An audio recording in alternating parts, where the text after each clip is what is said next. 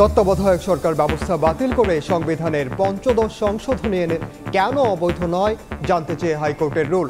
জালিয়াতি করে সংশোধন এনেছিল শেখ হাসিনা সরকার। গণতন্ত্রহীনতার দিকে যায় বাংলাদেশ। গণভোট করার বিধান, কিন্তু গণভোট না করেই এটা পাশ করা, পঞ্চদশ সংশোধনী পাশ করা হয়েছে সম্পূর্ণ জালিয়াতির মাধ্যমে, সংবিধান লঙ্ঘন করে, এই যে বিরাট বিভ্রান্তি সৃষ্টি করে স্বেচ্ছাচারীদের ভিত্তিতে পঞ্চদশ সংশোধনী পাশ করা হয়। এই সংশোধনের মধ্য দিয়ে গণতন্ত্রহীনতার দিকে বাংলাদেশ এগিয়েছে। এই সংশোধনের মধ্য দিয়েই বাংলাদেশের বিচার ব্যবস্থায় এক ধরনের হস্তক্ষেপের পরিস্থিতি তৈরি হয়েছে সরকারের।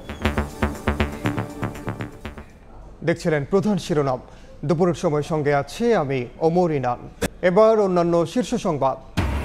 দেশের 494 উপজেলা চেয়ারম্যান, 323 পৌরসভা মেয়র ও 60 জেলা পরিষদ চেয়ারম্যান পদ শূন্য ঘোষণা। প্রশাসক নিয়োগ দিয়ে প্রজ্ঞাপন। শেখ হাসিনার আত্মসাৎ করা $500 কোটি ফেরত আনতে ইউর সহযোগিতা চাইল বিএনপি। ছাত্র জনতার ফিরিয়ে আনা গণতন্ত্র নস্যাৎ করতে ষড়যন্ত্র চলছে বললেন মির্জা ফখরুল।